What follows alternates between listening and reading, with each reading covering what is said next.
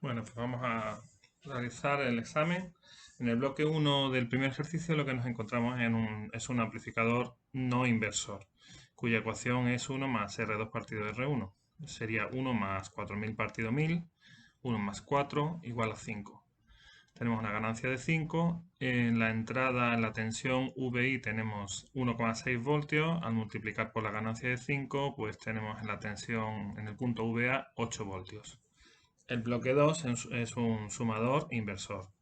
Va a sumar las tensiones que le llegan por la línea del bloque 1 y por la tensión VS. La ecuación sería menos R5, la resistencia de realimentación, por paréntesis VA, la tensión que llega por arriba partido R3, más VS, la tensión que llega por abajo partido R4. Como todas las resistencias son de 1000 ohmios, se anulan y nos queda directamente que la tensión de salida va a ser menos paréntesis 8 más 2 igual a menos 10 voltios. Esto es debido a que es un sumador inversor. En el segundo ejercicio empezamos con un bloque que corresponde a un amplificador inversor, que en este caso hace la función de control proporcional, ya que vamos a ver aquí que estamos ', un circuito de un controlador proporcional integral derivativo. Esta es la primera parte, que es proporcional, y la ganancia sería menos Rp' partido Rp, es decir, menos 1000 partido 1000, es decir, menos 1. Tenemos una ganancia de menos 1. En ese primer bloque, la tensión Vp en la salida de ese bloque, parte proporcional, sería igual a menos 1 por el error, siendo el error la tensión V error que tenemos en la entrada. El bloque 2 corresponde a un integrador inversor, dado que tenemos el condensador en la línea de realimentación. A la salida tendremos una tensión VI que será igual a menos 1 partido RI por CI por la integral de la tensión que tenemos a la entrada, que es lo que le hemos llamado el error. Integral del error diferencial de tiempo. Por lo tanto, menos 1 partido de 10.000, que es la resistencia de RI, 10 elevado a 4, por 0,01, 10 elevado a menos 3, por la integral del error, y finalmente nos queda una constante integradora de menos 0,1, que luego en realidad ese signo menos se nos va a ir con el inversor que tenemos al final. Entonces tenemos un tiempo, la inversa del tiempo integral es 0,1 y la K sub P de la parte proporcional es 1. Nos vamos al bloque 3 y tenemos un derivador inversor, porque en este caso el condensador lo tenemos en la entrada del amplificador operacional, no en la realimentación, que tenemos una resistencia. La tensión de salida VD sería igual a menos RD por CD por la derivada de la tensión de entrada o tensión de error. Esto sería menos 2000 por 0,01 por la derivada del error con respecto al tiempo, y nos queda un tiempo derivativo, una constante de tiempo derivativo de 2, o en este caso menos 2, pero luego al final se van a ir los signos menos. Vamos al último bloque, que es un sumador inversor, que va a sumar los tres bloques anteriores y además los va a invertir, ¿vale? Con lo cual tendríamos R2, que es la resistencia de 5000 ohmios que tenemos realimentando, con signo negativo, porque es un sumador inversor, multiplicado por Vp partido de R1P más Vi partido de R1I más Vd partido de R1D. En la Vp sustituimos los valores, menos 1 por Ve, la Vi menos 0,1 por la integral de Ve y Vb menos 2 por la derivada de V. Los miles se van y los signos menos se anulan y se queda todo positivo, y me queda delante un 5 que multiplica a la tensión de error más 0,1 por la integral del error más 2 por la derivada del error. Y esto es finalmente la ecuación que nos queda del controlador proporcional integral derivativo. Vamos con el tercer ejercicio. En este ejercicio tenemos una cámara frigorífica que se iba a introducir producto en dos épocas del año, invierno a 12 grados y verano a 27 grados, pero siempre la temperatura consigna es la misma, menos 30 grados. Nos piden calcular la constante de tiempo y como es un sistema de primer orden, pues siempre se calcula como R por C, resistencia por capacitancia.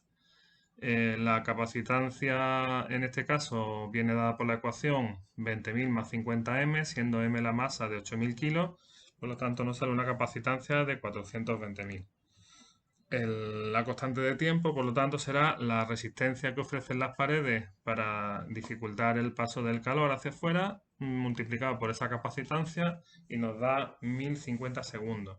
Ese es el tiempo característico en el que se alcanzaría el 63% de la temperatura final, ¿vale? Si nos piden calcular el tiempo para alcanzar la temperatura final, pues como siempre, consideramos que el tiempo en el que se alcanza el valor final es 5 tau. Realmente 5 tau no se alcanza el valor final, se alcanza el 99% del valor final. Pero como sabemos, para alcanzar el valor final 100% necesitaríamos un tiempo infinito. Por lo tanto, no tiene sentido calcular ese tiempo con el 100% porque ya sabemos que sería infinito. Entonces consideramos como tiempo de estabilización del valor final cuando se alcanza el 99% y ese tiempo es 5 tau. ¿Vale? Siempre consideramos 5 tau.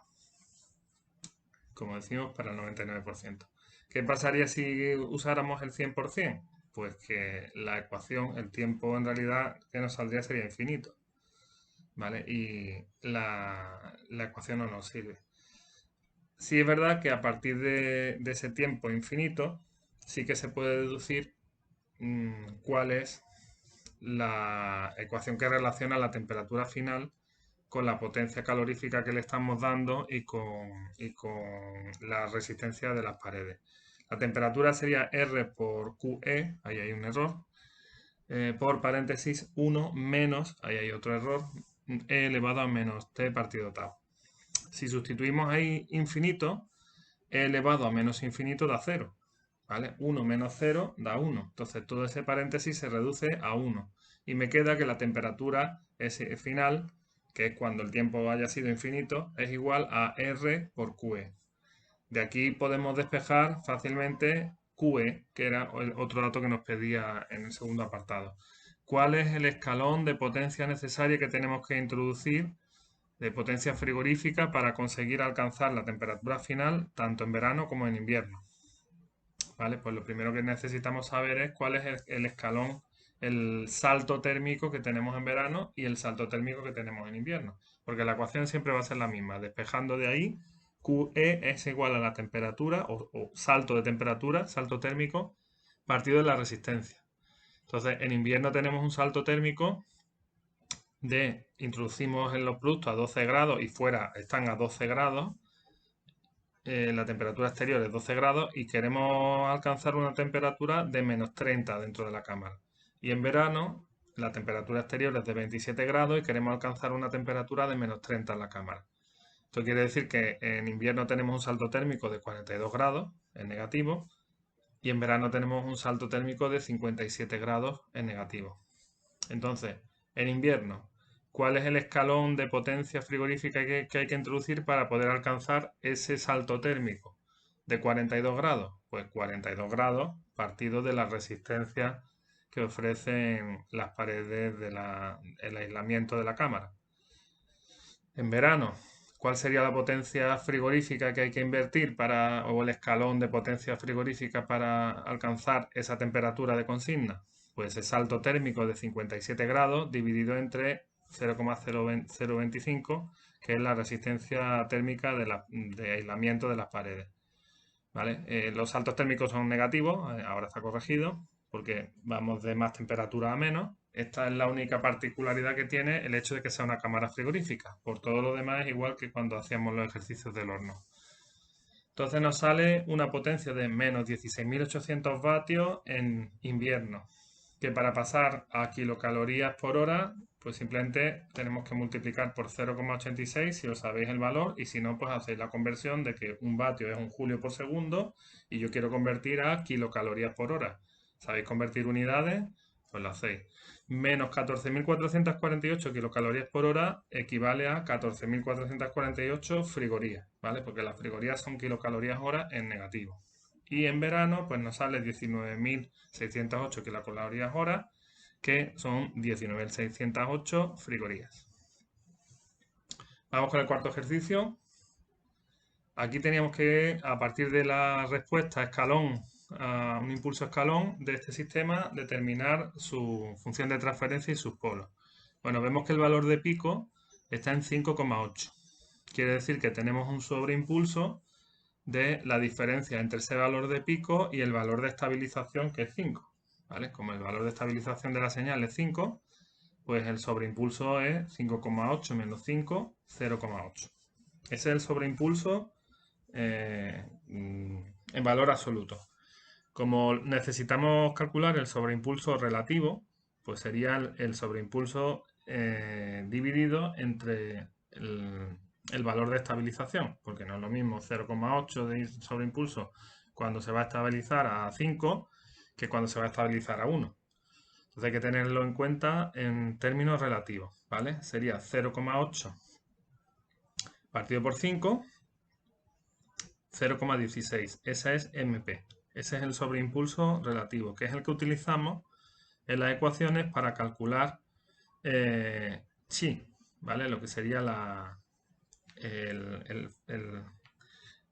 el amortiguamiento, ¿vale? El factor de amortiguamiento. Entonces, la ecuación que tenemos, la fórmula es chi es igual a menos logaritmo neperiano del sobreimpulso, que era 0,16, partido de la raíz cuadrada de pi cuadrado más logaritmo neperiano de 0,16 al cuadrado. Obtenemos una chi o un factor de amortiguamiento de 0,539, es decir, que tenemos un sistema subamortiguado porque está entre 0 y 1. Como aquí vemos que es subamortiguado porque tenemos ese sobreimpulso.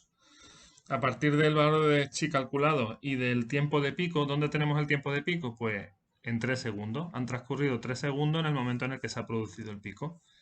De ahí podemos calcular, tenemos la expresión para el tiempo de pico y despejando de esa expresión podemos calcular omega n, la frecuencia natural, que sería pi partido del tiempo de pico por la raíz cuadrada de 1 menos chi cuadrado. De aquí obtenemos un omega n, una frecuencia natural de 1,2124 radianes por segundo. Ya tenemos todos los datos para poder obtener la función de transferencia, que sería k' por omega n cuadrado, es decir, 5 por 1,2124 al cuadrado, que da 7,35, partido de ese cuadrado más 2 chi omega n da 1,22, 2 chi omega n, perdón, S más omega n al cuadrado, que da 1,47. ¿Vale? A partir de ahí, pues para obtener los polos no tenemos más que hacer igualar a 0 el denominador y hacer el polinomio de segundo grado, despejar los valores de S, que obtenemos, como veis ahí, dos valores polos complejos conjugados que están en el lado negativo del eje real, por lo tanto, sistema estable y sistema subamortiguado. Y esto es todo.